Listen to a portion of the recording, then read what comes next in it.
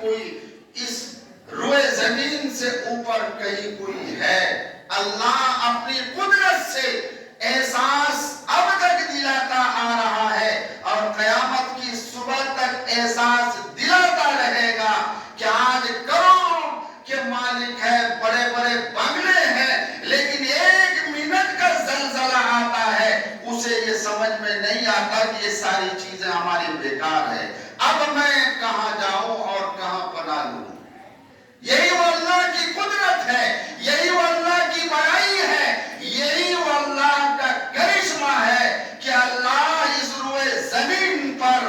اپنے مخلوقات کو احساس دلاتا ہے کہ تم ہماری بڑائی کو مان لو، تو ہمارا احساس تم کر لو۔ اگر ایسا کہیں نہ ہو کہ نافرمانی کرتے کرتے تم اپنے حد سے پار کر جاؤ، پھر میری گرفت آ جائے اور پھر تم اس سے بچ نہ پاؤ، ضرورت اس بات کی ہے کہ تم اس سے پہلے ہی اپنے آپ کو سنبھال لو، صحیحوں کا اپنا لو، شریعت پر چلنا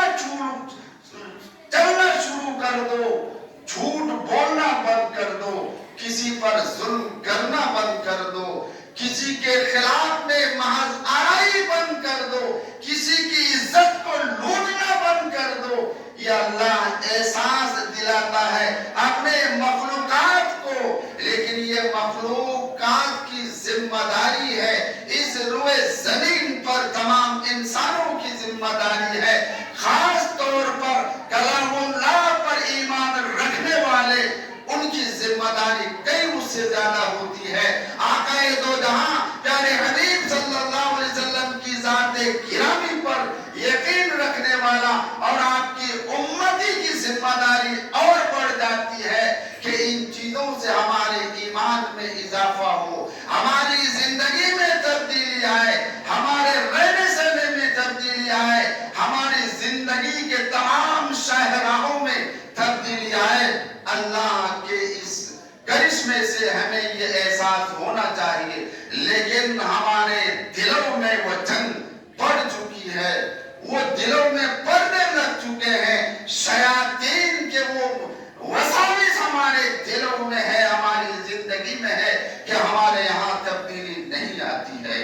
تبدیلی کی ضرورت ہے، توبہ و استغفار کی ضرورت ہے، گناہوں سے معافی مانگنے کی ضرورت ہے۔ آج امریکہ میں آپ سوشل میڈیا پہ دیکھتے ہوں گے کہ کتنے لوگ اذان دیتے ہوئے نظر آ رہے ہیں، کتنے لوگ سجدہ ریز ہیں، اللہ سے دعائیں اور مغفرت کر رہے ہیں، لیکن اللہ کی گرفت کم نہیں ہو رہی ہے۔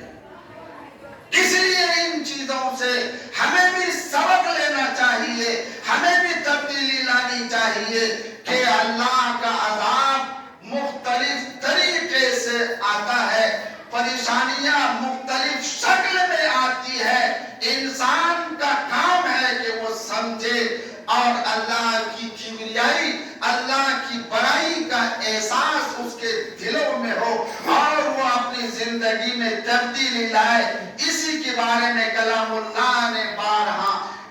تنبیہ کیا ہے کہ تم عقل مند اگر ہو تو تم ان چیزوں پر غور کرو، فکر کرو، سمجھو۔ اس لیے ہمیں بھی آج سمجھنے کی ضرورت ہے، اللہ کے احکام پر اگر ہم عمل پیرا نہیں ہے تو ہم آج ہی سے شروع کر دیں، اپنے کیے ہوئے گناہوں اور خطاؤں کی معافی اللہ کے دربار میں ہم شروع کر دیں۔ اللہ نے تو ایک ایسا طریقہ اس روئے زمین پر نافرمانوں کے لیے دیا کہ اگر تم سچی توبہ کرو گے تمہاری توبہ قبول کر کے تمہیں نومولود بچے کی طرح تمہیں پاک اور صاف کر دوں گا۔ تم توبہ تو کرو، میرے سامنے گر گراؤ تو صحیح، اب معافی تو مانگو۔ اس لیے آج ہمیں ان چیزوں کی بے حد ضرورت ہے۔ اللہ کا عذاب مختلف شکل میں آتا ہے، آج ہمیں خود بھی دعا کرنے کی ضرورت ہے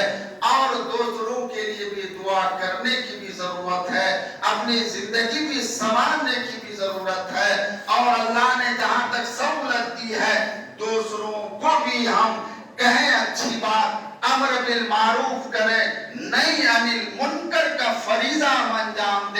انشاءاللہ اللہ کے عذاب سے ہم بچتے رہیں گے، اللہ کے فرما برداروں میں ہمارا شمار ہوگا، پیارے حبیب صلی اللہ علیہ وسلم کے فرما برداروں میں ہم شمار کیے جائیں گے۔ اللہ تعالی ہم سبوں کو کہنے سننے کے مطابق اس پر عمل کی توفیق عطا فرمائے۔ وآخر